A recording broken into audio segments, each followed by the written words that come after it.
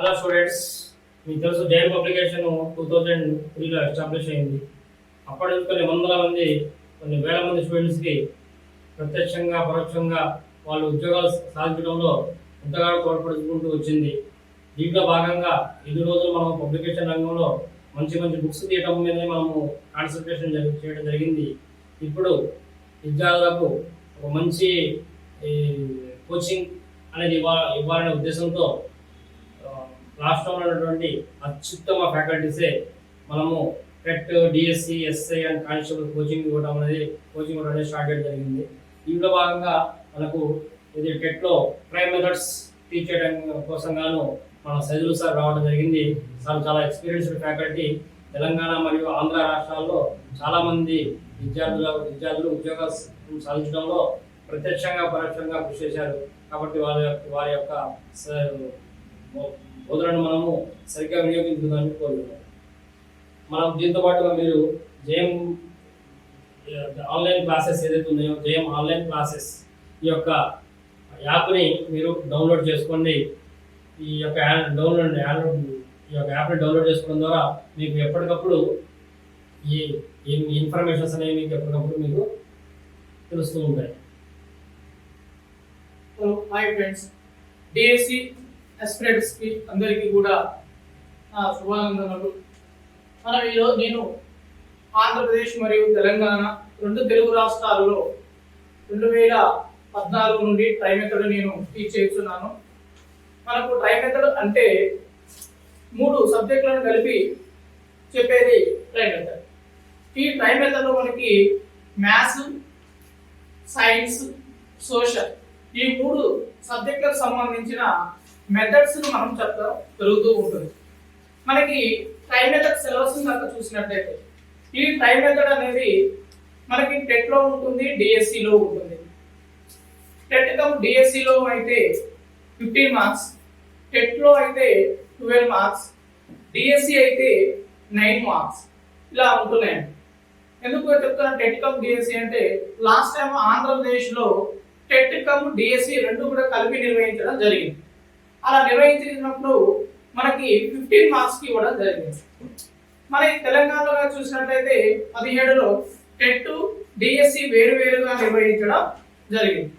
అలా TET, DSC వేరువేరుగా నిర్వహించినప్పుడు try method నుండి మనకు ఇది టెట్ సిలబస్ అండి. ఈ టెట్ సిలబస్ ట్రై మెథడ్ నుండి మనకి 12 మార్క్స్ రావడం జరుగుతుంది. ఇది టెట్ సిలబస్. అదే డిఎస్సి నిర్వహిస్తే డిఎస్సి వచ్చినప్పుడు మళ్ళీ డిఎస్సి లో వచ్చే సిలబస్ 9 మార్క్స్ వస్తుంది. అంటే మ్యాథ్స్ లో 3 marks, science 3 marks, social 3 marks ఇలా రావడం జరుగుతూ ఉంటుంది. సో మనము ఫస్ట్ టెట్ సిలబస్ చూద్దాం. టెట్ సిలబస్ అంటే ఏముంటుంది? ఈ టెట్ సిలబస్ లో చూసినట్లయితే మనకు టెట్ లో పేపర్ 1, పేపర్ 2 రెండు ఉండడం జరుగుతుంది. పేపర్ 1 వాళ్ళకి, పేపర్ 2 వాళ్ళకి కూడా test syllabus try method common గా ఉంటుంది. అంటే ఇద్దరికి ఉపయోగపడే విధంగా జేఎం పబ్లికేషన్ వాళ్ళగా మేము ఇప్పుడు స్కూల్ అసిస్టెంట్, హెచ్జిటి వాళ్ళకి ఇద్దరికి ఉపయోగపడే విధంగా క్లాస్ చెప్పడం జరుగుతూ ఉంటుంది. ఈ టెట్ సిలబస్ చూసినట్లయితే మనకి మొత్తం 8 చాప్టర్స్ ఉంటాయండి. ఈ 8 చాప్టర్స్ లో చూసినట్లయితే ఏ చాప్టర్ నుండి ఎన్ని మార్క్స్ వస్తున్నాయి, ఏమేమి చాప్టర్స్ ఉన్నాయో చూద్దాం. ఇది టెట్ సిలబస్. ఈ సిలబస్ అనేది హెచ్జిటి వారికి, స్కూల్ అసిస్టెంట్ వారికి, all school assistant science method కావచ్చు, సోషల్ మెథడ్ కావచ్చు, మ్యాథ్స్ మెథడ్ కావచ్చు, ఫిజికల్ సైన్స్ మెథడ్ కావచ్చు, ఆల్ మెథడ్స్ వాళ్ళకి కూడా ఇది కామన్ గా ఉంటుంది. అందరికీ యూజ్ఫుల్ అవుతుంది. ఆ యూజ్ఫుల్ అయ్యే విధంగా మనము సిలబస్ ని చెప్పడం జరుగుతూ ఉంటుంది. ఫస్ట్ మనకి టెట్ లో చూసినట్లయితే ఫస్ట్ టాపిక్ బోధన రంగాలు. బోధన రంగాల నుండి మనకి 2 మార్క్స్ రావడం జరుగుతూ ఉంటుంది. నెక్స్ట్ సెకండ్ చాప్టర్ చూసినట్లయితే అభ్యసన అనుభవాలు. ఈ అభ్యసన అనుభవాల నుండి మనకి 1 మార్క్ రావడం జరుగుతుంది. థర్డ్ చాప్టర్ గా చూసినట్లయితే బోధన వనరులు అనేది ఉంటుంది. ఈ బోధన వనరుల నుండి 1 మార్క్ రావడం జరుగుతుంది. టిఎల్ఎం నుండి మనకు 2 మార్క్స్ రావడం జరుగుతుంది. బోధన పద్ధతుల నుండి 2 మార్క్స్ రావడం జరుగుతుంది. మూల్యాంకనం సిసిఈ విధానం నుండి 2 మార్క్స్ రావడం జరుగుతుంది. బోధన ప్రణాళికలు, కరిక్యులం ఈ 2 చాప్టర్స్ కలిపి 1 మార్క్ రావడం జరుగుతుంది. కొన్ని సందర్భాలలో ఒక్కొక్క చాప్టర్ నుండి ఒక్కొక్క మార్క్ 2 మార్క్స్ రావచ్చు. మనకి ఇలా చూసినట్లయితే మొత్తము మనకి ఎన్ని మార్క్స్ 2 8 8 2 11 మనకి 12 మార్క్స్ రావాలి. కానీ 1 మార్క్ ఉన్నది అంటే కామకి ఎక్కడ నుండి రావచ్చు లేదా ఈ చాప్టర్స్ వేరేదైనా రావడానికి అవకాశం ఉంటుంది. కాబట్టి ఇది టెట్ సిలబస్. ఇది స్కూల్ అసిస్టెంట్ వాళ్ళకైనా ఎడ్జిటి వాళ్ళకైనా ఒకటే సిలబస్ ఉంటుంది. వాళ్ళకు టెట్ చదువుకొని మనం అందించడం జరుగుతుంది. మీరు ఇక్కడ టెట్ చదివినట్లయితే ఈ చాప్టర్ చదివినట్లయితే స్కూల్ అసిస్టెంట్ వాళ్ళకి మళ్ళీ స్కూల్ అసిస్టెంట్ రాసేటప్పుడు మీ మెథడ్ లో ఒక 50-60% మెథడ్ కంప్లీట్ అవుతూ ఉంటుంది. ఇక్కడ ఆల్ మెథడ్స్ వాళ్ళకి సోషల్ మెథడ్ కావచ్చు, సైన్స్ మెథడ్ కావచ్చు, మ్యాథ్స్ మెథడ్ కావచ్చు, తర్వాతకి ఫిజికల్ సైన్స్ ఎవరికైనా ఇది కవర్ అవుతుంది. ఫస్ట్ మనకి ఇవి టెట్ సిలబస్ అంటే కామన్ గా ఇది స్కూల్ అసిస్టెంట్ ఎడ్జిటి వారికి యూస్ఫుల్ గా ఉంటుంది. నెక్స్ట్ ఇక డిఎస్సి సిలబస్ చూసినట్లయితే మనకు డిఎస్సి సిలబస్ మనకి 9 మార్క్స్ రావడం జరుగుతుంది. అందులో ఏమేమి ఉన్నాయంటే వివిధ శాస్త్రాల చరిత్ర అంటే గణిత శాస్త్రం యొక్క చరిత్ర, గణిత శాస్త్రం ఎలా వచ్చింది, దాని పుట్టు పూర్వోత్తరాలు ఏంటి, ఏ శాస్త్రవేత్త ఏం కనుగొన్నాడు, అలపూర్లో ఏమొచ్చింది, అలా దాని యొక్క చరిత్ర. సోషల్ మనకి ఎడ్జిటి పర్పస్ లో కాబట్టి ఈవీఎస్ అంట ఎన్విరాన్మెంటల్ సైన్స్ అని వస్తుంది. అందులో మనకి సాంఘిక శాస్త్రం ఎలా పుట్టింది, దాని పుట్టు పూర్వోత్తరాలు ఏంటివి, దాని అర్థం ఏంటి, సైన్స్ ఎలా పుట్టింది, సైన్స్ యొక్క అర్థాలు ఏంటి, నిర్వచనాలు ఏంటి, ఇవన్నీ కూడా ఇది చరిత్ర అంటే. నెక్స్ట్ వివిధ శాస్త్రాల మధ్య సంబంధం కోరిలేషన్స్ అంటారు. అంటే సైన్స్ కి సోషల్ కి మధ్య సంబంధం ఏ సంబంధం ఉంటుంది, సైన్స్ కి మ్యాథ్స్ మధ్య ఏం సంబంధం ఉంటుంది, సోషల్ కి మ్యాథ్స్ మధ్య ఏ సంబంధం ఉంటుంది అనేది వివిధ శాస్త్రాల మధ్య సహసంబంధం అంటారు. ఇప్పుడు ఎక్కువగా దీని నుండి క్వశ్చన్స్ అడగడం జరుగుతుందండి.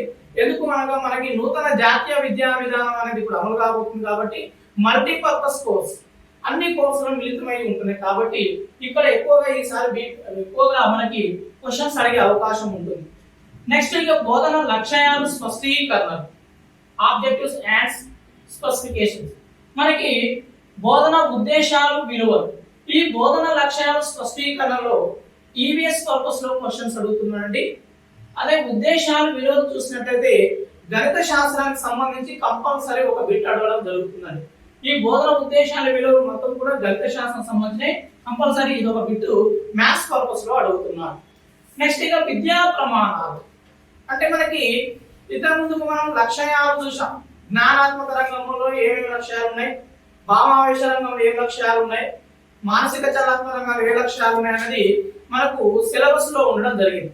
మనకు ఎప్పుడైతే సిసి విధానం వచ్చిందో కంటిన్యూస్ కాంప్రహెన్సివ్ ఎవాల్యుయేషన్ అంటే నిరంతర సమగ్ర మూల్యాంకనం ప్రకారం మనం ఇప్పుడు విద్యా ప్రమాణాల గురించి చూస్తున్నాం.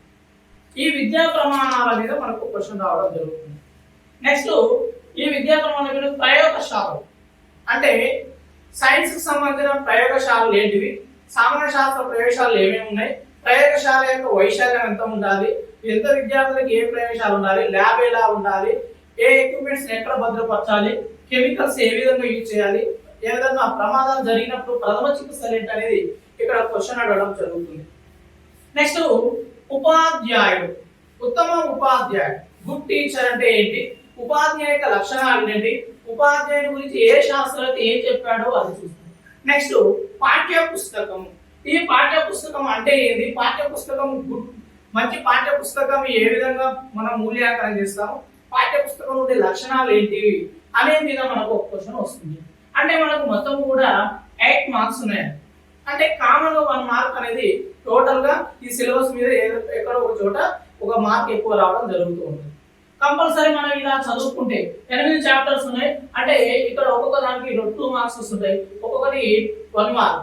అంటే ఈ విధంగా మొత్తం కూడా మనకి 8 మార్క్స్ రావడం జరుగుతుంది. కామన్ సిలబస్ మొత్తంలో 1 మార్క్ అంటే 9 మార్క్స్ ఇది సిలబస్. ఇది only DSC purpose. TET cum DSC పెడితేనేమో ఇది కమాండ్ గా వస్తుంది 15 మార్క్స్ అవుతుంది. ఓన్లీ డిఎస్సి పెడితే మొత్తం ఇలా ఉంటుంది, టెట్ పెడితే ఇలా ఉంటుంది. ఇది మనకు చదువుకునేటప్పుడు ఎందుకంటే టైం తక్కువగా ఉంటుంది కాబట్టి టెట్ ఏ విధంగా చదువుకోవాలి, డిఎస్సి ఏ విధంగా చదువుకోవాలి, మనం ఫస్ట్ టెట్ క్వాలిఫై కావాలి కాబట్టి ఆ సిలబస్ ని చదువుకొని క్వాలిఫై అయిన తర్వాతకి డిఎస్సికి చూసుకోవాల్సి ఉంటుంది. ఇది పరిస్థితి. మీకు ప్రతిదీ కూడా స్లైడ్స్ చాప్టర్ వైజ్ గా ఇక్కడ చూడండి ఎన్ని చాప్టర్స్ రాసామో అన్ని చాప్టర్స్ వైజ్ గా మీకు సిలబస్ ఇస్తారు. క్లాసులు కూడా అన్ని క్లాసులు కంటిన్యూగా సీక్వెన్స్ ప్రకారం ఉంటాయి. ఇది మనకు సిలబస్. ఇప్పుడు మనము ఒక్కొక్క చాప్టర్ గురించి చూద్దాము. ఫస్ట్ చాప్టర్ మనము బోధన రంగాల గురించి చూద్దాం. బీఎస్సీ అస్పిరేటర్స్ అందరికీ కూడా మనం ఈరోజు చెప్పుకోబోయే వారము బోధన రంగాలు. బోధన రంగాలు అంటే ఏంటి, మనకి ఎన్ని రంగాలు ఉన్నాయి ఏంటి అనేది చూద్దాం. మనకి 1948 వరకు కూడా విద్యా వ్యవస్థకు సంబంధించి ఒక సరైన లక్ష్యం అంటూ లేదు. కాబట్టి విద్యా వ్యవస్థను ఎవరి అవసరాలకు అనుగుణంగా ఆ విధంగా బోధించడం జరుగుతుంది 1948 వరకు. అయితే మొట్టమొదటిసారిగా విద్యా వ్యవస్థకు ఒక దిశను నిర్దేశించడం కోసం కొన్ని లక్ష్యాలకు అనుగుణంగా ఏర్పరచాలని మొట్టమొదటిసారిగా అంతర్జాతీయ విద్యావేత్తలందరూ కూడా 1948 లో బోస్టాన్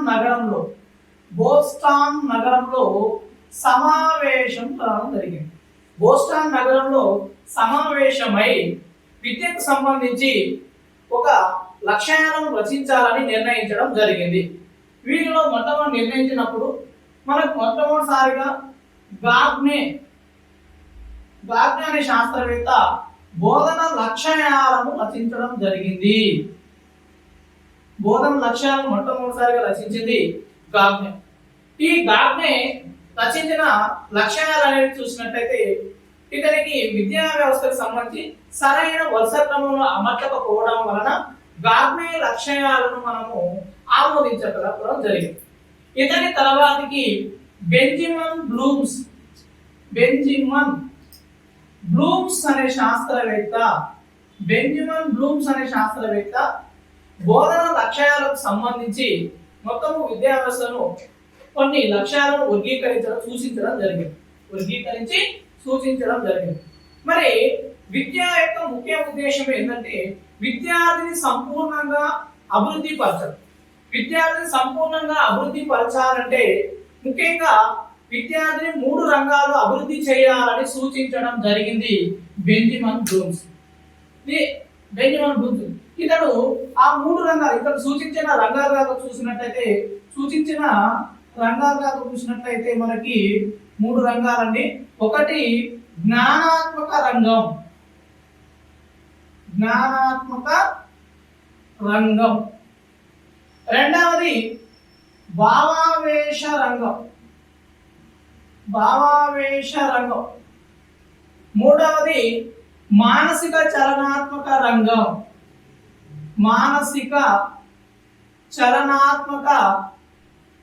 రంగం.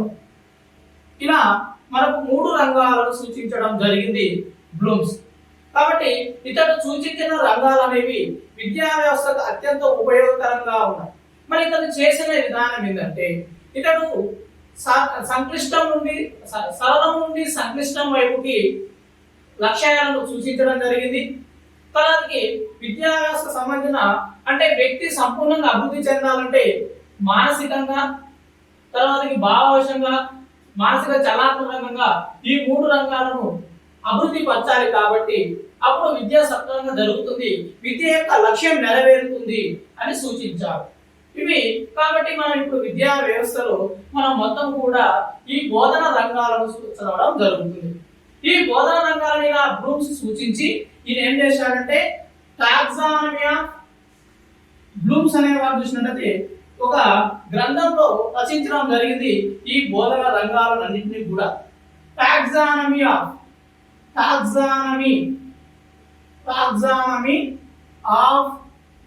బ్లూమ్స్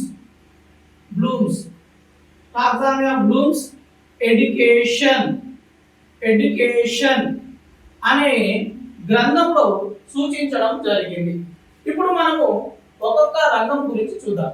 మరి జ్ఞానాత్మక రంగం అంటే ఏంది, భావావేశ రంగం అంటే ఏంది, మానసిక చలనాత్మక రంగం అంటే ఏందో చూద్దాము.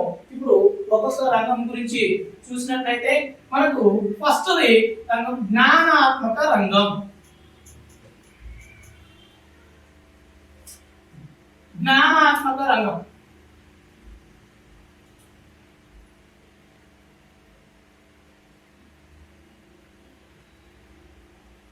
చూడండి. జ్ఞానాత్మక రంగాన్ని కనుక చూసినట్లయితే 1956 లో వర్గీకరించారు దీన్ని జ్ఞానాత్మక రంగాన్ని. ఎవరు? బ్లూమ్స్ అనేవారు వర్గీకరించారు. జ్ఞానాత్మక రంగాన్ని కూడా వర్గీకరించింది బ్లూమ్స్. మరి ఈ జ్ఞానాత్మక రంగము ఎక్కడ మార్పు చేస్తుంది అంటే మెదడులో మార్పు తెస్తుంది, మెదడులో మార్పు కలుగజేస్తుంది. జ్ఞానాత్మక రంగం మెదడులో మార్పు కలుగజేస్తుంది.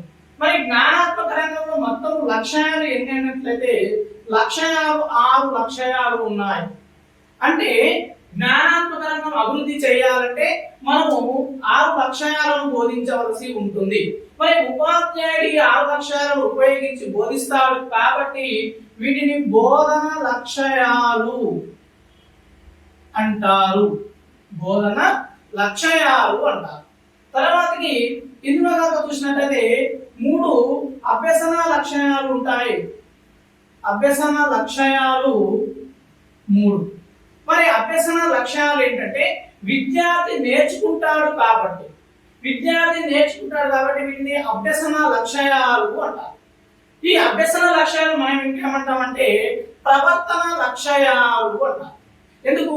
విద్యార్థి నేర్చుకుని అతని ప్రవర్తనలో మార్పు కలిగిస్తాయి కాబట్టి వాటిని ప్రవర్తన లక్ష్యాలు అని కూడా మనం పేర్కొనవచ్చు. అభ్యసన లక్ష్యాలన్నా ప్రవర్తన లక్ష్యాలన్నా ఇవి వీటిని గుర్తించాలంటే ఏ లక్ష్యాలకైతే స్పష్టీకరణలు మనం రాస్తామో ఆ లక్ష్యాలనే అభ్యసన లక్ష్యాలు లేదా ప్రవర్తన లక్ష్యాలు అంటారు. ఇది జ్ఞానాత్మక రంగం అండి. చూడండి, మొట్టమొదటిగా దీన్ని 1956 లో వర్గీకరించడం జరిగింది. వర్గీకరించిన శాస్త్రవేత్త బ్లూమ్స్ అండి. ఇది మెదడులో మార్పు కలుగజేస్తుంది. తర్వాత ఇందులో లక్ష్యాలు 6 ఉన్నాయి. తర్వాత అభ్యసన లక్ష్యాలు 3. మరి ఈ లక్ష్యాలు ఏంటివి? ఇందులో ఉన్న లక్ష్యాలు కాక చూసినట్టయితే ఏంటివి అని చూద్దాము. ఇక్కడ వర్గీకరించిన లక్ష్యాలలో మనకు చూసినట్లయితే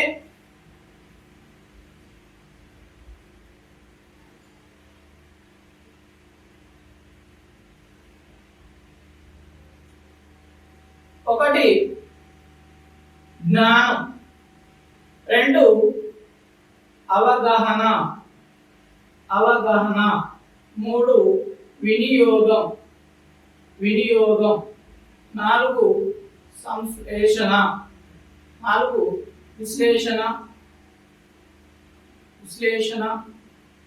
సంశ్లేషణ,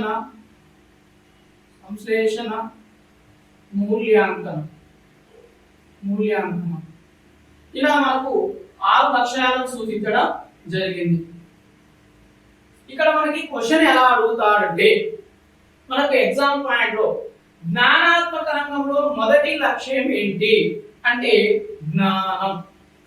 జ్ఞానాత్మక రంగంలో చివరి లక్ష్యం ఏంటంటే మూల్యాంకనం అని ఇంతకు ముందు మనకు క్వశ్చన్స్ అడగడం జరిగింది. ఇప్పుడు అడ్వాన్స్ గా అడిగితే జ్ఞానాత్మక రంగంలో 3వది ఏంటి, జ్ఞానాత్మక రంగంలో 4వ లక్ష్యం ఏంటి అని అడగడానికి అవకాశం ఉంటుంది. నెక్స్ట్ ఇంకా ఏమడుగుతుంది, జ్ఞానాత్మక రంగంలో ఎప్పుడైనా కింది నుండి పైకి వెళుతున్నప్పుడు సంక్లిష్టం ఏర్పడుతుంది. సంక్లిష్ట స్థాయి ఉంటుంది. ఒకవేళ మనం క్వశ్చన్ అడిగినప్పుడు జ్ఞానాత్మక రంగంలో లక్ష్యాలనేవి కింది నుండి పైకి వెళుతున్నప్పుడు ఎలా ఉంటాయి అంటే సంక్లిష్ట స్థాయిలో ఉంటాయి. అదే పై నుండి కిందికి వస్తున్నప్పుడు ఎలా ఉంటాయి అని అడిగితే సరళ స్థాయిలో ఉంటాయి అని మనము క్వశ్చన్ చెప్పవచ్చు. ఇలా అడుగుతుంటారు. ఇలా ఇంకా దీన్ని అప్డేట్ గా క్వశ్చన్ డెప్త్ గా అడిగితే జ్ఞానాత్మక రంగంలో జ్ఞానం కంటే అతి క్లిష్టమైన 2వ లక్ష్యం ఏది అంటారు. జ్ఞానాత్మక రంగంలో అతి క్లిష్టమైన జ్ఞానం కంటే అతి క్లిష్టమైన 2వ లక్ష్యం అంటే జ్ఞానం తర్వాత 2వది ఏంటిది దీనికంటే రెండవది అన్నప్పుడు వినియోగము అవుతుంది. అవగాహన ఫస్ట్ అవుతుంది, రెండవది వినియోగము అవుతుంది. ఒకవేళ జ్ఞానాత్మక రంగంలో మూల్యాంకనం కన్నా అతి సరళమైన మూడవ లక్ష్యం అన్నప్పుడు చూసినట్టు మూల్యాంకనం అన్నప్పుడు మూడవది అంటే సంశ్లేషణ ఒకటి అవుతుంది, విశ్లేషణ రెండు అవుతుంది, మూడవది వినియోగము అవుతుంది. ఈ విధంగా మనకు లాస్ట్ టైం ఏపీలో జరిగినప్పుడు క్వశ్చన్స్ ఇలా అడిగాడండి. అంటే కింది నుండి పైకి వెళ్తున్నప్పుడు సంక్లిష్ట స్థాయి పెరుగుతుంది, పై నుండి కిందికి వస్తున్నప్పుడు సరళ స్థాయి పెరుగుతుంది.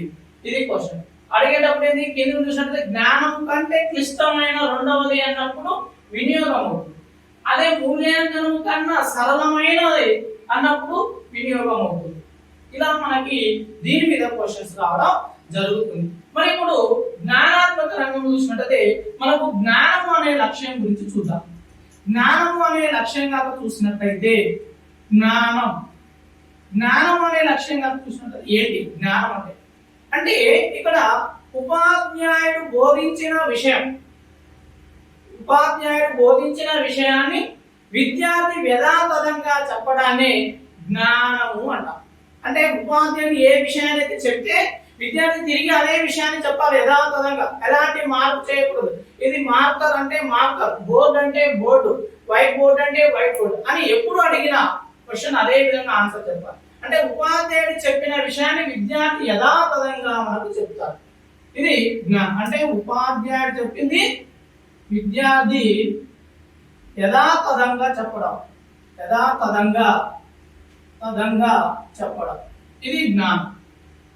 నెక్స్ట్ రెండవది అవగాహన అంటే మనం చూడండి, ఉపాధ్యాయుడు చెప్పిన విషయాన్ని విద్యార్థి మార్పు చేసి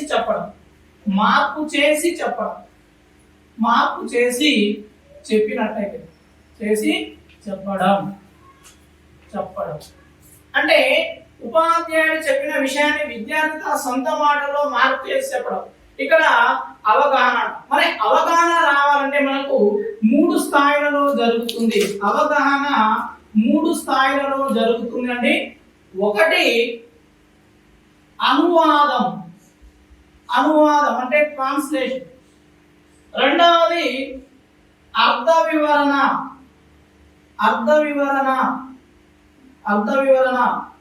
మూడవది వ్యాఖ్యానించడం. దీని అర్థ వివరణ, అనువాదం. నెక్స్ట్ వ్యాఖ్యానించడం, నెక్స్ట్ ఎక్స్ట్రాపోలేషన్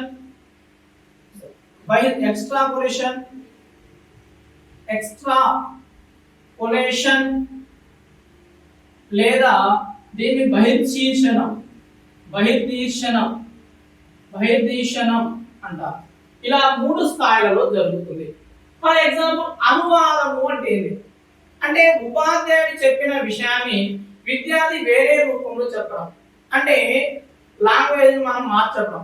ఒకవేళ ఇంగ్లీష్ లో ఇచ్చిన అంశాలను తెలుగులో ట్రాన్స్లేట్ చెప్పడం. సంకేతాల రూపంలో ఫర్ ఎగ్జాంపుల్ గా చూసినట్లయితే H2O ఉంది, ఇది సంకేతాల రూపంలో ఉన్నది. దీన్ని మనం ఏం చేస్తున్నాము, అక్షరాల రూపంలో మార్చి చెప్తే అనువాదము అంటారు. సంకేతంలో ఉన్న వాటిని అక్షర రూపంలో మారుస్తున్నాం కాబట్టి ఇది అనువాదం. లేదా అంకెల రూపంలో ఉన్నాయి. 1947 ఇది అంకెల రూపంలో ఉంది, దీన్ని అక్షరాల రూపంలో రాస్తే దీన్ని ఏమంటాం, అనువాదము, ట్రాన్స్లేషన్ అంటాం. నెక్స్ట్ రెండవది అర్థ వివరణ. అంటే ఉపాధ్యాయుడు చెప్పిన విషయాన్ని విద్యార్థి అర్థవంతంగా వివరించడం, అర్థవంతంగా ఎక్స్ప్లెయిన్ చేసి చెప్పి తన అభిప్రాయాలను చెప్పడము అర్థ వివరణ అని కూడా అంటారు. దీన్ని ఒక విధంగా మనము వ్యాఖ్యానించడం అంటే మీనింగ్ అర్థవంతంగా క్షుణ్ణంగా వివరించి చెప్తే దాన్ని అర్థ వివరణగా మనం చెప్పవచ్చు. అంటే ఇప్పుడు చూస్తున్నాం కరోనా గురించి ప్రజలందరికీ కూడా డాక్టర్లు అర్థవంతంగా వివరించి చెప్పడం, అది అర్థ వివరణ. లేదా 1947 ఆగస్టు 15 గురించి అర్థ వివరంగా చెప్పడం. లేదా ఉపాధ్యాయుడు సమస్యలను అర్థవంతంగా వివరిస్తూ అనేక ఉదాహరణలు తీసుకొని చెప్పడాన్ని అర్థ వివరణ అంటారు. నెక్స్ట్ ఇక ఎక్స్ట్రాపోలేషన్ లేదా బహిర్దీక్షణం. బహిర్దీర్శనం అంటాము. అంటే అతి గొప్పగా చెప్పడం, ఉపాధ్యాయుడు చెప్పిన విషయాన్ని విద్యార్థి గొప్పగా ఉన్నతంగా చెప్పడాన్ని ఎక్స్ట్రాపులేషన్ లేదా బహిర్దీర్శనము అంటాం. ఈ మూడు స్థాయిలలో ఉన్నతమైనది ఏమిటి అంటే మనకు ఏంటిది బహిర్దీర్శనము అనేది అతి క్లిష్టమైనది. ఇక్కడ మనకు క్వశ్చన్ అడుగుతాడు, అవగాహన జరగడంలో ఉన్న స్థాయిలు ఎన్ని అన్నప్పుడు 3 స్థాయిలు. అవగాహన ఏర్పడాలంటే మనకు 3 స్థాయిలు ఏర్పడాలి. ఇందులో ఉన్న స్థాయిలు ఎన్ని అన్నా ఎన్ని స్థాయిలో జరుగుతుంది అంటే 3 స్థాయిలు చెప్పాలి.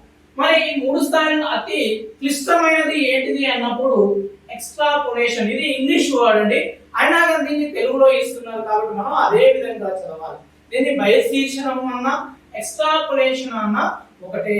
అతి గొప్పగా చెప్పడం, ఉన్నతంగా పొగుడుతూ చెప్తే ఎక్స్ట్రాపులేషన్, అర్థం చేసి చెప్తే అర్థ వివరణ, ట్రాన్స్లేషన్ అంకెల్లో ఇస్తే అక్షరాలకి, అక్షరాలు ఇస్తే అంకెల్లోకి, సంకేతాలు ఇస్తే ఇట్లా మార్పు చేసి చెప్తే అనువాదము అంటాం. ఇలా ఈ 3 అంశాలు కనుక విద్యార్థి సొంత మాటల్లో చెబితే, ఉపాధ్యాయుడు చెప్పిన విషయాన్ని ఈ 3 అంశాలు ఏదైనా ఉపయోగించి చెప్తే దాన్ని మనం అవగాహనగా చెప్పవచ్చు. అవగాహనగా చెప్పవచ్చు. నెక్స్ట్ ఇక తర్వాతకి చూసినట్లయితే మూడవది వినియోగము. వినియోగం కాక చూసినట్టయితే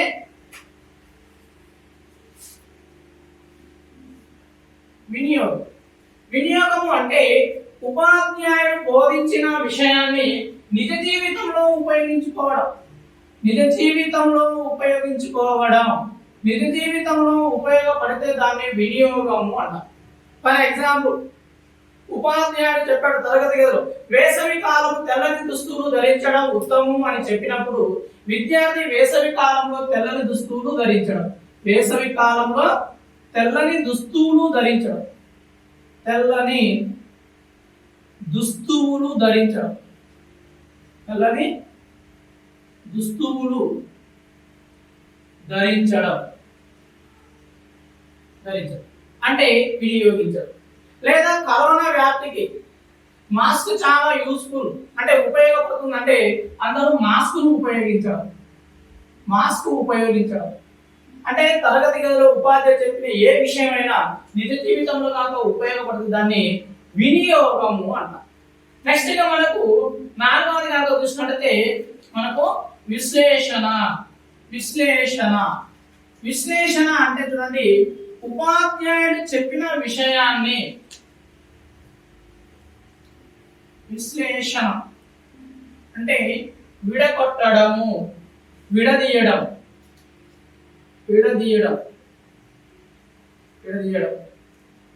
అంటే ఉపాధ్యాయుడు ఏ విషయాన్ని చెప్పినా దాన్ని విడదీసి భాగాలుగా చెప్తే దాన్ని విశ్లేషణ అంటాం. ఉదాహరణకి నీరు H2O ఉంది. ఈ H2O ని మనం ఏం చేస్తున్నాం, H+O2 గా విడగొట్టడం. వినియోగము అంటే విశ్లేషణ అంటే విడదీయడము అని అర్థం. ఉదాహరణకి చూద్దాము, 143 ఉంది, 100 + 40 + 3 ఇలా విడదీసి రాయడాన్ని మనము విశ్లేషణ అంటాం. ఉదాహరణకి భారతదేశంలో చూసినట్టయితే ప్రజాస్వామ్యం లేదా పరిపాలన విధానం, కేంద్ర ప్రభుత్వం, రాష్ట్ర ప్రభుత్వం, జిల్లా ప్రభుత్వం, స్థానిక ప్రభుత్వం, ఇలా మనం విడదీసి చెప్తూ ఉంటాం. అంటే ఉపాధ్యాయుడు చెప్పిన విషయాన్ని విద్యార్థి విడదీసి కాక చెప్తే, దాన్ని విడదీసి కాక నేర్చుకుంటే దాన్ని విశ్లేషణ అంటాం. నెక్స్ట్ మనకు 4వది కనుక చూసిన 5వది చూసినట్టయితే మనకు సంశ్లేషణ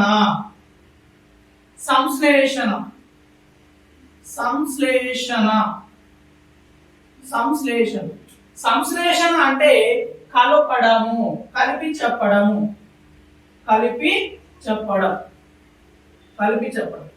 అంటే ఉపాధ్యాయుడు తరగతి గదిలో అనేక అంశాల గురించి చెప్తారు.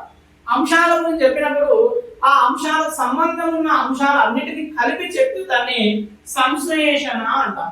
ఫర్ ఎగ్జాంపుల్, హైడ్రోజన్ H2+H+O2 కలిపి H2O గా చెప్పడం. మనం ఇంతకుముందు ఏమనుకున్నాం, H2O ని ఏం చేసినాం, విడగొట్టినాం. ఇప్పుడు ఏం చేస్తున్నాం, కలుపుతున్నాం. H+O2 gives rise H2O అని చెప్పడం. నెక్స్ట్ 100 + 40 ప్లస్ 3 ఇవేంటి 143 గా మనం చెప్తున్నాం. ఇలా కలిపి చెప్పడాన్ని సంశ్లేషణ అంటారు. చూడండి జ్ఞానం మనకి ఇక్కడ క్వశ్చన్ ఇక్కడే అడుగుతుంటాడు. జ్ఞానాత్మక రంగంలో విశ్లేషణ సంశ్లేషణలో అతి తేలికైనది, విశ్లేషణ సంశ్లేషణలో అతి తేలికైనది అంటే విశ్లేషణ.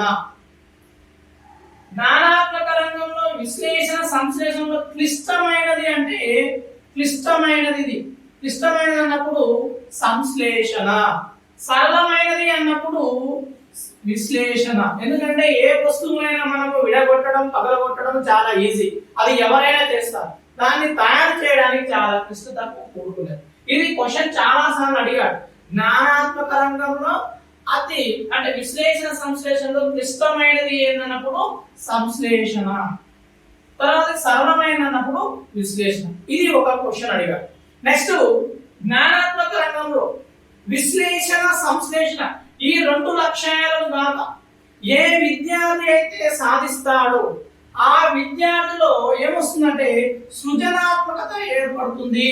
సృజనాత్మకత ఏర్పడుతుంది అంటే క్రియేటివిటీ సాధిస్తాడు. కొంతమంది క్రియేటివిటీ ఉంటుంది, నూతనంగా ఆలోచించడాన్ని సృజనాత్మకత క్రియేటివిటీ అంటారు. అంటే విశ్లేషణ సంశ్లేషణ ఎవరైతే వస్తుందో వాళ్ళలో సృజనాత్మకత వస్తుంది. క్వశ్చన్ ఇలా అడుగుతాడు, జ్ఞానాత్మక రంగంలో సృజనాత్మకత ఏర్పడడానికి ఉపయోగపడే లక్ష్యాలు ఏంటి అన్నప్పుడు విశ్లేషణ సంశ్లేషణ. నెక్స్ట్ ఇదే క్వశ్చన్ ఇంకేమడుగుతాడంటే విశ్లేషణ సంశ్లేషణ సాధించిన విద్యార్థుల్లో ఏర్పడే అంశము ఏంటి అంటే సృజనాత్మకత ఏర్పడుతుందని మనం చెప్పవచ్చు. ఇది మనకు నెక్స్ట్ గా మూల్యాంకనము. ఆరవ అంశంగా లక్ష్యంగా చూసినట్టయితే మూల్యాంకనం. మూల్యాంకనం అంటే చూసినట్టయితే ఒక విషయం పైన లేదా ఉపాధ్యాయుడు చెప్పిన విషయం పైన బహిర్గతంగా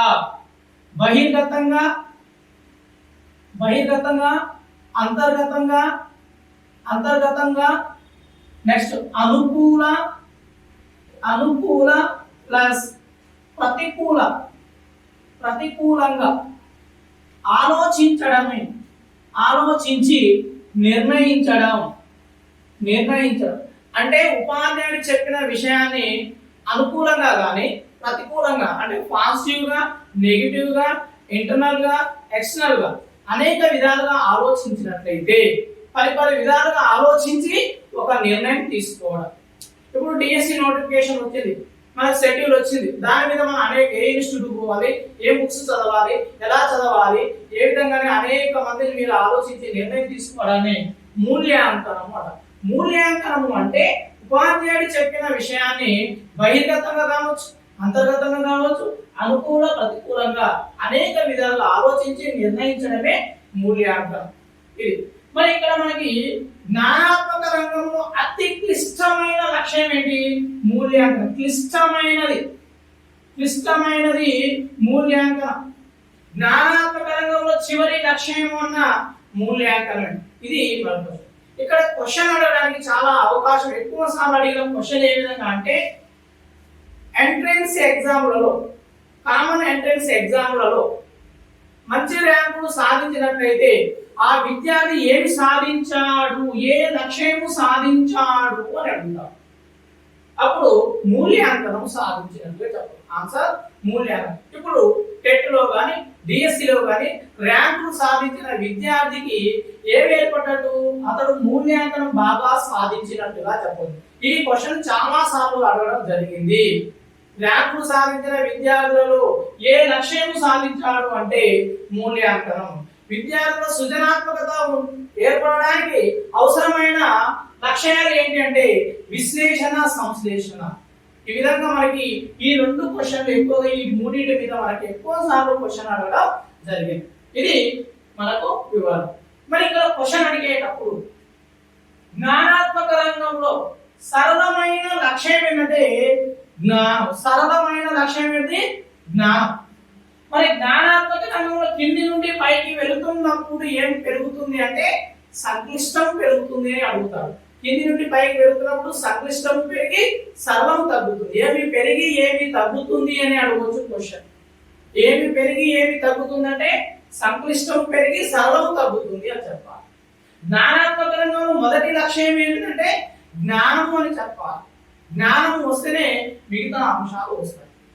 జ్ఞానం మన క్వశ్చన్, జ్ఞానాత్మక రంగంలో అతి సరళమైనది అన్నప్పుడు జ్ఞానము అనే లక్ష్యం, జ్ఞానాత్మక రంగంలో అతి క్లిష్టమైనది అన్నప్పుడు మూల్యాంకనం. ఇలా మనకు క్వశ్చన్స్ అడుగుతూ ఉంటాడు. ఇది జ్ఞానాత్మక రంగం అంటే ఏంది, జ్ఞానాత్మక రంగం ఎవరు వచ్చి ఎవరు చేశారు, ఎప్పుడు వర్గీకరించారు, ఎక్కడ మార్పు వస్తుంది మనకు చెప్పడం. మరి ఇప్పుడు ఈ జ్ఞానాత్మక రంగంలో ఉన్న ఈ 6 లక్ష్యాలను కాక మనము విద్యార్థికి బోధిస్తే, విద్యార్థి కాక నేర్చుకుంటే అతని యొక్క మెదడులో మార్పు కలుగుతుంది, మెదడులో మార్పు కలుగుతుంది. కాబట్టి ఇవి లక్ష్యాలు. జ్ఞానాత్మక రంగాన్ని మనము ఉపాధ్యాయుడు 6 లక్ష్యాలను తీసుకొని బోధిస్తాడు కాబట్టి వీటిని బోధన లక్ష్యాలు అన్నాం. మరి ఉపాధ్యాయుడు 6 లక్ష్యాలు బోధిస్తే విద్యార్థి 3 లక్ష్యాలను మాత్రమే నేర్చుకుంటున్నాడు. అంటే మీరు మనకు బీఈడి డిఈడిలో కానీ మాక్రో కానీ మైక్రో లెసన్ ప్లాన్ రాసేటప్పుడు లక్ష్యాలు స్పష్టీకరణలను రాస్తాం. ఆ జ్ఞానాత్మక రంగంలో జ్ఞానానికి స్పష్టీకరణ రాస్తాం. అంటే గట్టిగా తెచ్చుకోవడము, గుర్తించడం. అవగాహనకి స్పష్టీకరణ రాస్తాం, వినియోగానికి స్పష్టీకరణ రాస్తాం. అంటే విద్యార్థి 3 మాత్రమే నేర్చుకుంటున్నారు కాబట్టి వీటిని అభ్యసన లక్ష్యాలు అంటారు. ఇక్కడే మనకు అర్థంగా చాలా మంది బిడ్డ తప్పు. బోధన లక్ష్యాలు అంటేనేమో ఉపాధ్యాయుడు ఎన్నుకున్నాయి, ఉపాధ్యాయుడు 6 బోధించాడు కాబట్టి ఇవి బోధన లక్ష్యాలు. అభ్యసన లక్ష్యాలు అంటే విద్యార్థి నేర్చుకున్నవే అభ్యసన లక్ష్యాలు. అంటే మనం వేటికైతే స్పష్టీకరణలు రాస్తున్నామో ఆ స్పష్టీకరణలు రాసేవే మనకు అభ్యసన లక్ష్యాలు. ఇప్పుడు మనము దీనికి సంబంధించిన స్పష్టీకరణ అనేది చూద్దాము.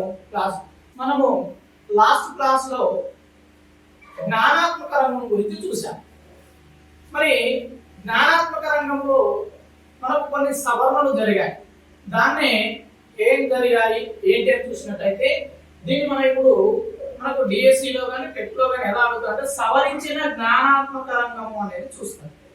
ఈ జ్ఞానాత్మక రంగాన్ని ఎందుకు సవరించారు అంటే గణిత శాస్త్రంలో విద్యార్థులు జ్ఞానాత్మక రంగంలో ఉన్న సంశ్లేషణ అనే లక్ష్యాన్ని సాధించలేకపోతున్నారు.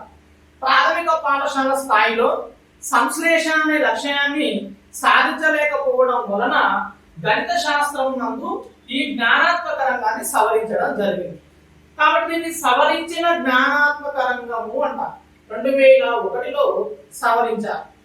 ఇప్పుడు మరి గణితంలో ఏమేమి ఉన్నాయి, ఎలా ఉన్నాయో చూసినట్టయితే మనకు బ్లూమ్స్ వర్గీకరణ, అండర్సన్ వర్గీకరణ అంటారు. 1956 లో ఇది ఏమో అందరికి కామన్ గా జ్ఞానాత్మక రంగము ఉంది. అయితే దీన్ని సాధించలేనప్పుడు సవరించారు కాబట్టి 2001 అండర్సన్ క్రాత్వెల్ అనే వాళ్ళు దీన్ని సవరించారు. కాబట్టి సవరించిన జ్ఞానాత్మక రంగం 2001 అంటారు. లేదా సవరించిన జ్ఞానాత్మక రంగం ఎవరు అన్నప్పుడు అండర్సన్ క్రాత్వెల్ అనే వాళ్ళు ఈ జ్ఞానాత్మక రంగాన్ని సవరణ చేశారు. ఎందుకు సవరణ చేశారంటే పాఠశాల స్థాయిలోని విద్యార్థులు సంశ్లేషణ అనే మూల్యాంకనాన్ని, సంశ్లేషణ అనే లక్ష్యాన్ని సాధించలేకపోతున్నారు, సంశ్లేషణ చేయలేకపోతున్నారు. కాబట్టి దీన్ని సవరించడం జరిగింది. మరి సవరించినప్పుడు ఇందులో ఏమున్నాయి, ఇప్పుడు ఇక్కడ చూసినట్టయితే ముందు బ్లూమ్స్ వర్గీకరణకి ఆ సవరించిన జ్ఞానాత్మక రంగం వర్గీకరణకి మధ్య చూద్దాము. ఇక్కడ బ్లూమ్స్ వర్గీకరణలో ఉన్న లక్ష్యాలను మొత్తం కూడా మనము నామవాచకాల రూపంలో ఉంటాయి. నామవాచకాల రూపంలో పదాలు ఉన్నాయి. అంటే ఇక్కడ జ్ఞానం, అవబోధం, వినియోగం, విశ్లేషణ, సంశ్లేషణ, మూల్యాంకనం అంటే ఇక్కడ ఉన్న పదాలన్నీ కూడా నామవాచకాల రూపంలో ఉన్నాయి. మన క్వశ్చన్ అడుగుతా, గణిత శాస్త్రంలో బ్లూమ్స్ వర్గీకరణలో ఉన్న లక్ష్యాలు ఏ రూపంలో ఉన్నాయి? నామవాచకాల, క్రియాల, తర్వాత ఇతర రూపాల్లో అడుగుతున్నాడు. మనకి ఇక్కడ ఉన్న ఏంటివి నామవాచకాల రూపంలో ఉన్నాయి. ఇది ఒకటి. నెక్స్ట్ బ్లూమ్స్ వర్గీకరణలో అన్ని శాస్త్రాలలోనేమో అవగాహన రెండవ లక్ష్యాన్ని మనము అవగాహన అంటాం. కానీ గణితంలో మాత్రం దీన్ని అవబోధము అంటాం. అవబోధం అనే పదము ఉంటుంది. ఇది మనకు ఇక్కడ జరిగేది. మరి ఇప్పుడు సవరించిన జ్ఞానాత్మక రంగంలో చూసినట్లయితే పదాలు క్రియారూపాలలో ఉంటాయి.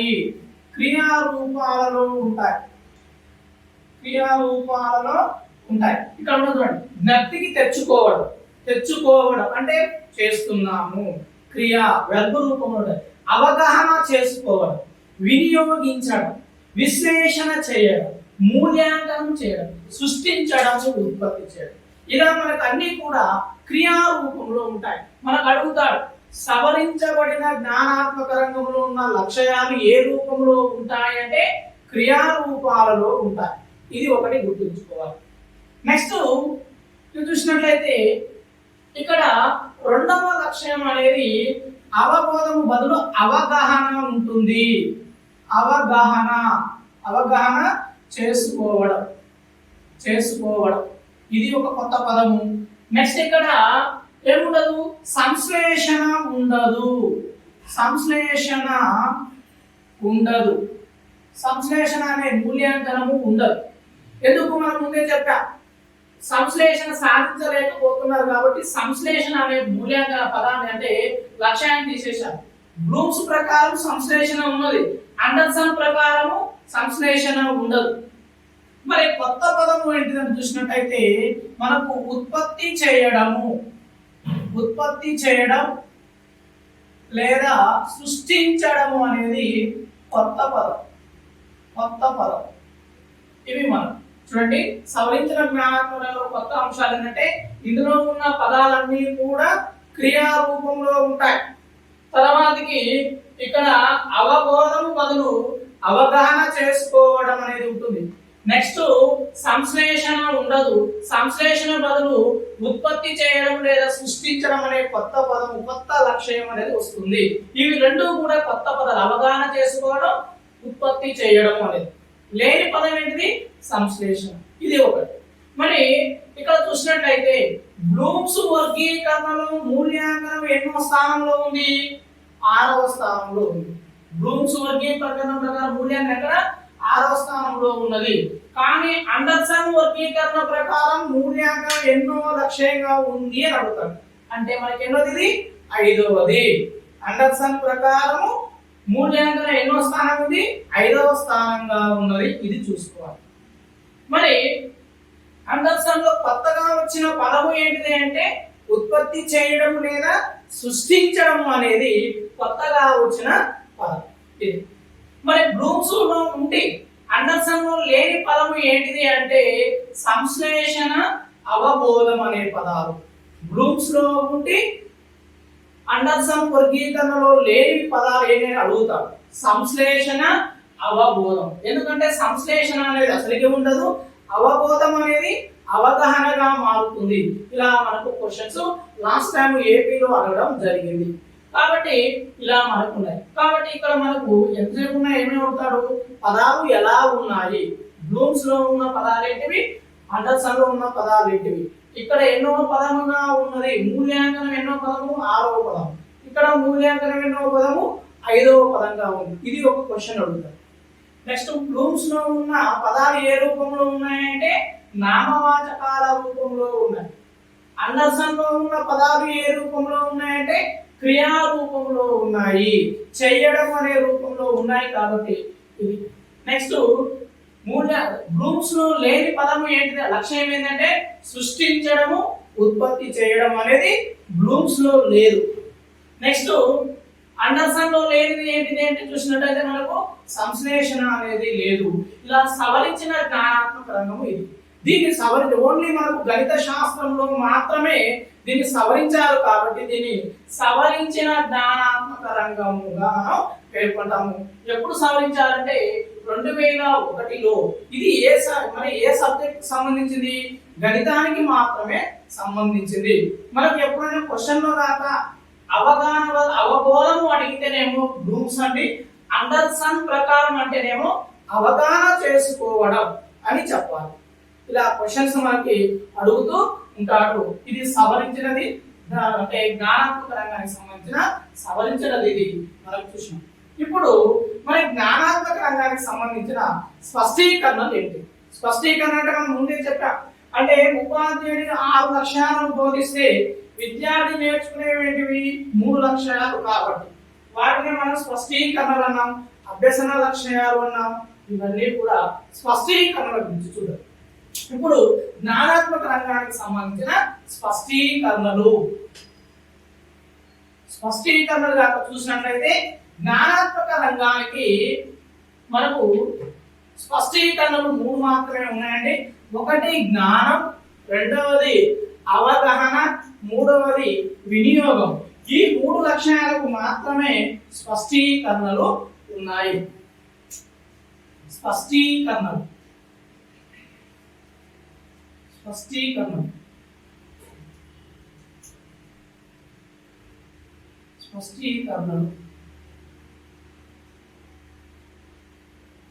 జ్ఞానాత్మక రంగం.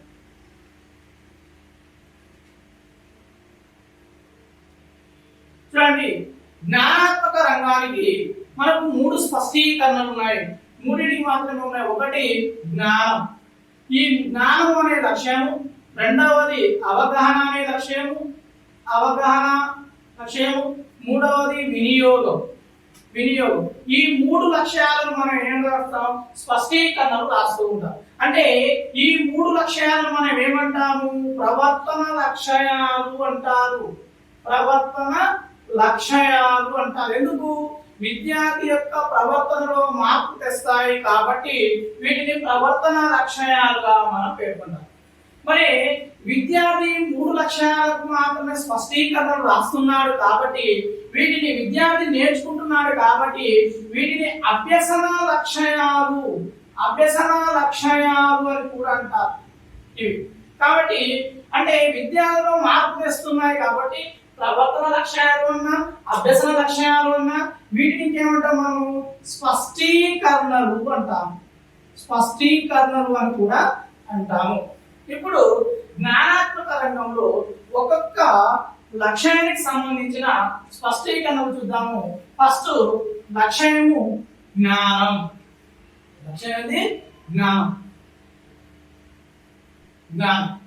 జ్ఞానము అంటే ఉపాధ్యాయుడు బోధించిన విషయాన్ని విద్యార్థి యథాతథంగా చెప్పడం.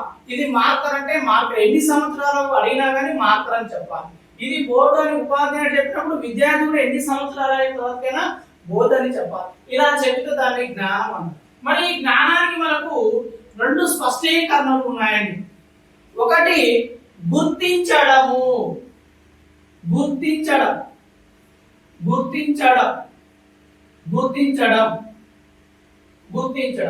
అంటే రికగ్నైజ్డ్ అంట.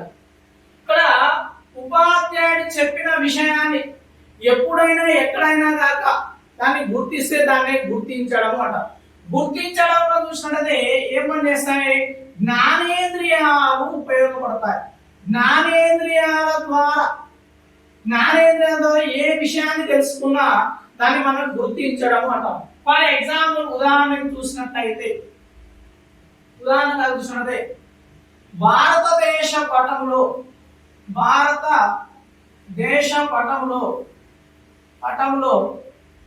రాజధానులను గుర్తించడం. రాష్ట్రాల రాజధానులను గుర్తించడం.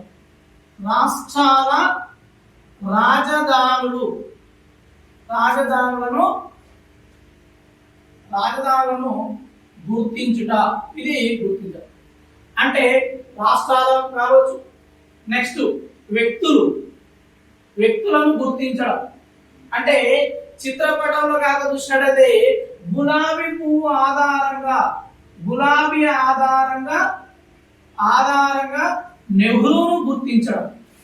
గులాబీ పువ్వు పెట్టుకున్న వాళ్ళందరూ నెహ్రూ అని పిల్లలు గుర్తిస్తుంటారు. అంటే వ్యక్తులను గుర్తించడం. నెక్స్ట్ చిత్రాలను గుర్తించడం, బొమ్మలను గుర్తించడం. నెక్స్ట్ సంకేతాలను గుర్తించడం. సిగ్నల్స్ సంకేతాలను గుర్తించడం. ఉదాహరణకి ఇది డేంజర్ బొమ్మ ఉందనుకోండి, ఇలా మనకి ఎక్కడన్నా ఉన్నట్లయితే మనం ఏం చేస్తాం, ప్రమాదము అని గుర్తిస్తాం. ఇలా సంకేతాలను గుర్తించడం, గులాబీ ఆధారంగా నెహ్రూను గుర్తించడం, తర్వాత చిత్రాల బొమ్మలను గుర్తించడం, సంకేతాలను గుర్తించడం, ప్రాంతాలను గుర్తించడం. ఫర్ ఎగ్జాంపుల్ చార్మినార్ అనగానే హైదరాబాద్ గుర్తించడం, హైదరాబాద్ చార్మినార్ చెప్పగానే హైదరాబాద్ పేరు చెప్పడం, లేదా హైదరాబాద్ అనే చార్మినార్ అని చెప్పడం, ఆగ్రా అనగానే తాజ్మహల్ అని చెప్పడం, నెక్స్ట్ ఈఫిల్ టవర్ చెప్పగానే ప్యారిస్ అని చెప్పడం. ఇలా మనకు ప్రాంతాలను గుర్తించడం. అంటే నెక్స్ట్ ఇంకా పదార్థాలను గుర్తించడం, తీపి, చేదు, వగరు, కారం, ఇలాంటివన్నీ కూడా పదార్థాలను గుర్తిస్తూ ఉంటాం. అంటే మనం వాటిని టెస్ట్ చేసి, అంటే నిమ్మపండు చూడగానే పుల్లగా ఉన్నాయని ఇవి పుల్లటి జాతులు, నిమ్మపండు పుల్లగా ఉందని చెప్పడం, తేనె స్వీట్ గా తీయగా ఉందని చెప్పడం, ఇలాంటివన్నీ కూడా. అంటే ఇక్కడ చూడండి, చూడడం వల్ల గాని, వినడం వల్ల గాని, చిత్రాల తర్వాతకి స్పర్శ ద్వారా గాని ఇవన్నీ మనం ఏం చేస్తున్నాం, గుర్తిస్తున్నాం. కాబట్టి గుర్తించడము, వ్యక్తులను గుర్తించిన తర్వాతకి ప్రాంతాలను గుర్తించిన తర్వాత సంకేతాలను గుర్తించిన పదార్థాలను గుర్తించిన దాన్ని మనం ఏమంటాం, గుర్తించడము అంటాం. ఫర్ ఎగ్జాంపుల్ ఇక్కడ క్వశ్చన్ ఎలా అడుగుతారంటే, ఒక విద్యార్థికి ఆమ్లాలు ఇచ్చినట్లయితే ఆ విద్యార్థి వాటిని టెస్ట్ చేసి పుల్లగా ఉన్నాయి కాబట్టి ఆమ్లాలు అన్నారు.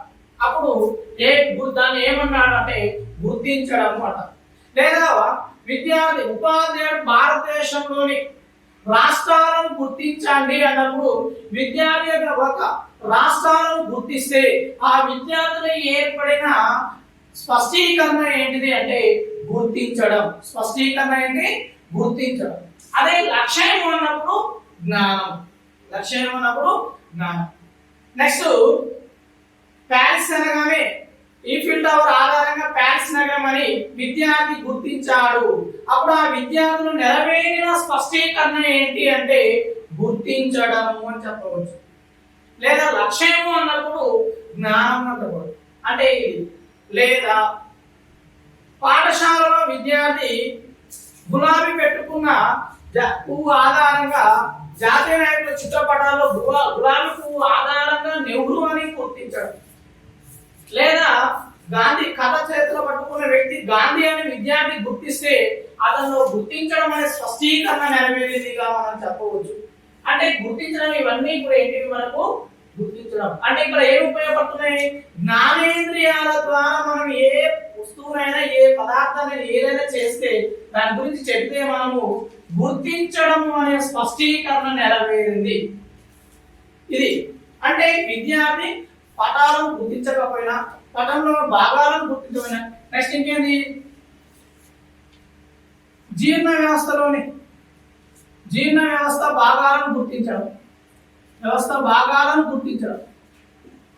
ఉపాధ్యాయుడు జీర్ణ వ్యవస్థ పటం ఇచ్చినప్పుడు విద్యార్థి యొక్క భాగాలను గుర్తిస్తే ఆ విద్యార్థిలో గుర్తించడం అనే లక్ష్యము, అంటే గుర్తించడం అనే స్పష్టీకరణ నెరవేరిందిగా మనం చెప్పవచ్చు. లక్ష్యం అంటేనేమో జ్ఞానం, స్పష్టీకరణ అంటేనేమో గుర్తించడము. ఇవి మనకు సాధారణంగా గుర్తించడము అనేది ఇది స్పష్టీకరణ. నెక్స్ట్ రెండవ స్పష్టీకరణ కనుక చూసినట్లయితే జ్ఞప్తికి తెచ్చుకోవడం.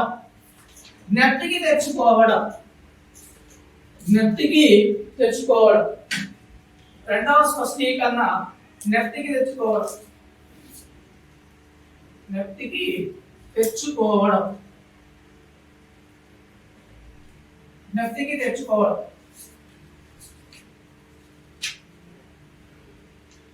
చూడండి, జ్ఞప్తికి తెచ్చుకోవడం అంటే మెదడుతోటి చేసే ఆలోచనలు అన్నీ కూడా జ్ఞప్తికి తెచ్చుకోవడం చెప్పవచ్చు.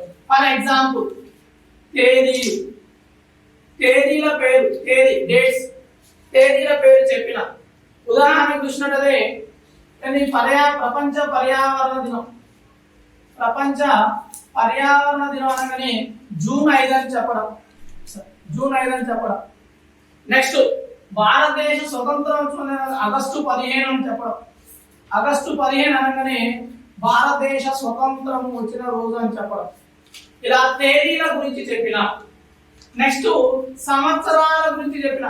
1947 అనగానే భారతదేశానికి స్వతంత్రం వచ్చింది అని చెప్పడం. 2014 అనగానే తెలంగాణ రాష్ట్ర అవతరణ అని చెప్పడం. సంవత్సరాలు కావచ్చు లేదు. ఉపాధ్యాయుడు చెప్తాడు 2000 ఫిబ్రవరి 28 ఏంటిది అనగానే విద్యార్థి వెంటనే సైన్స్ డే అని కాక చెప్తే ఆ విద్యార్థి జ్ఞప్తికి తెచ్చుకున్నాడు అనేది వస్తుంది. అది స్పష్టీకరణ. ఒకవేళ విద్యార్థి కనుక సైన్స్ డే అని చెప్పలేకపోతే ఆ విద్యార్థుల జ్ఞప్తికి తెచ్చుకోవడం అనే స్పష్టీకరణ నెరవేరకపోవచ్చు. తేదీలు, సంవత్సరాలు. నెక్స్ట్ మనకి ఇంకా చూసినట్టయితే నిర్వచనాలు కిరణజన్య సంయోగ క్రియ నిర్వచనం చెప్పగా అడగగానే విద్యార్థి నిర్వచనం చెప్పడం. ఒకవేళ చెప్పకపోతే నెట్టికి తెచ్చుకోవడం అనే స్పష్టీకరణ నెరవేరనట్టు నిర్వచనాలు. నెక్స్ట్ సూత్రాన్ని a+b² సూత్రం చెప్పడం. అడిగినప్పుడు విద్యార్థి a² + b² + 2ab అని చెబితే అది కూడా మనము నెట్టికి తెచ్చుకోవడంగా చెప్పవచ్చు. సూత్రాలు, నిర్వచనాలు. నెక్స్ట్ సిద్ధాంతాలు జీవ పరిణామ సిద్ధాంతాన్ని ప్రతిపాదించింది ఎవరు అనగానే డార్విన్ అని చెప్పడం. గురుత్వాకర్షణ సిద్ధాంతాన్ని ప్రతిపాదించింది ఎవరు అనగానే న్యూటన్ అని చెప్పడం. సిద్ధాంతాలు చూసినట్టయితే డార్విన్ సిద్ధాంతాలు అభినప్పుడు చెప్పిన, సూత్రాలు చెప్పిన, నిర్వచనాలు చెప్పిన, సంవత్సరాల పేర్లు చెప్పిన, తేదీలు చెప్పిన, పేర్లు ఏదైనా కావచ్చు, ఏ పెద్దమైన పేర్లు కావచ్చు, పేర్ల గురించి చెప్పిన వ్యక్తి. నరేంద్ర మోడీ అనగానే భారత ప్రధాని అని చెప్పడం. వైఎస్ జగన్మోహన్ రెడ్డి అనగానే ఆంధ్రప్రదేశ్ ముఖ్యమంత్రి అని చెప్పడం. తర్వాత కేసీఆర్ అనగానే తెలంగాణ రాష్ట్ర ముఖ్యమంత్రి అని చెప్పడం. ఇలా పేర్లు చెప్పడం. ఇవి మనకు పేర్లు చెప్పిన. ఇలా ఏమి అడిగినా విద్యార్థి కాక చెప్తే దాన్ని ఏమంటాము? జ్ఞప్తికి తెచ్చుకోవడం అన్నాం. ఇలా కాక చెప్పలేదనుకోండి ఆ విద్యార్థిలో మనకి జ్ఞప్తికి తెచ్చుకోవడానికి స్పష్టీకరణ ఏర్పడలేదు అని చెప్పవచ్చు. మనకు క్వశ్చన్ ఇలాగే అడుగుతారు. ఎలా అడుగుతాడంటే విద్యార్థి ఉపాధ్యాయుడు తరగతి గదిలో కిరణజన్య సంయోగ క్రియ నిర్వచనం అడిగాడు. అయినా ఆ విద్యార్థి నిర్వచించలేకపోయాడు. ఆ విద్యార్థులు నెరవేరని స్పష్టీకరణ ఏది అంటారు. అంటే జ్ఞప్తికి తెచ్చుకోకపోవడం. ఒకవేళ లక్ష్యం అంటే జ్ఞానము. కాబట్టి మనకు జ్ఞానము అనే లక్ష్యానికి 2 స్పష్టీకరణలు ఉన్నాయి. ఒకటి ఏంటి? గుర్తించడము. రెండవది జ్ఞప్తికి తెచ్చుకోవడం. గుర్తించడం అంటేనేమో జ్ఞానేంద్రియాలు ఉపయోగపడతాయి. ఒకటే గుర్తుంచుకోండి, జ్ఞానేంద్రియాలు ఉపయోగించి మీరు ఏం చేసినా అది గుర్తించడం అవుతుంది. జ్ఞప్తికి తెచ్చుకోవడం అంటే మెదడును ఉపయోగించి కాక చేస్తే, మెదడు ద్వారా ఆలోచిస్తూ కాక చేస్తే దాన్ని జ్ఞప్తికి తెచ్చుకోవడం అంటాము. ఇందులో మీకు క్వశ్చన్స్ అడుగుతుంటాడు. తేదీ అడిగినా, సంవత్సరం అడిగినా, నిర్వచనం అడిగినా, సూత్రం అన్నా, సిద్ధాంతం అన్నా, పేర్లు అన్నా ఇవన్నీ కూడా ఏంటివి? జ్ఞప్తికి తెచ్చుకుంటాం. కాబట్టి ఇవి స్పష్టీకరణ నెరవేరినట్టుగా మనము చెప్పవచ్చు. ఇవి మనకు స్పష్టీకరణలు. దేనికి సంబంధించినవి? జ్ఞానాత్మక అంటే జ్ఞానం అనే లక్ష్యానికి సంబంధించిన స్పష్టీకరణల మీద మనకి ఎక్కువగా క్వశ్చన్ అడుగుతూ ఉంటాడు. అది మనకు ఇవి ఏంటి అంటే ఏం టెన్షన్ పడకండి. డిసెంబర్ 1 అనగానే ఉపాధ్యాయుడు డిసెంబర్ 1 ఏ రోజు అనగానే విద్యార్థి కాక ఎయిడ్స్ దినం అని చెబితే అతను జ్ఞప్తికి తెచ్చుకోవడం స్పష్టీకరణ వచ్చినట్టు. చెప్పలేకపోతే అంటే రానట్టు. లక్ష్యం అడిగినా స్పష్టీకరణ అడిగితే ఇదేమో లక్ష్యం అండి, ఇదేమో స్పష్టీకరణ. జ్ఞానము అనే లక్ష్యానికి ఎన్ని స్పష్టీకరణలు ఉన్నాయి? 2 ఉన్నాయి. ఒకటి గుర్తించడము, రెండోది జ్ఞప్తికి తెచ్చుకోవడం. గుర్తించడానికి మీరు కేవలం జ్ఞానేంద్రియాలు 5 దాకా ఉపయోగపడితే, లేదా మీకు ఎగ్జామ్ లో క్వశ్చన్ చదివేటప్పుడు తల కిందికనే ఉంటే అది గుర్తించడం అవుతుంది. తల క్వశ్చన్ చదివేటప్పుడు తల పైకి లేస్తే అది జ్ఞప్తికి తెచ్చుకోవడం అవుతుంది. అంటే మెదడు ఉపయోగిస్తాం. ఎప్పుడైనా మనం ఆలోచిస్తే తలను పైకెత్తే ఆలోచిస్తాం. కాబట్టి అది గుర్తుంచుకోండి. మన బాడీ లాంగ్వేజ్ తోటి పరీక్షల్లో మనము వీటిని సులభంగా చేయవచ్చు. ఇందులో తేదీ అడిగినా, నిర్వచనం అడిగినా, సూత్రాలు అడిగినా ఇవన్నీ కూడా ఏంటివి గట్టిగా తెచ్చుకోవడం. ఓకేనా, ఇవి స్పష్టం. ఇక్కడ మనకి జ్ఞానాత్మక రంగం మొత్తం కూడా చూసినట్టే ఇది ఒక స్పష్టం. నెక్స్ట్ అవగాహన అనే లక్ష్యానికి స్పష్టీకరణను చూద్దాము నెక్స్ట్ క్లాస్ లో.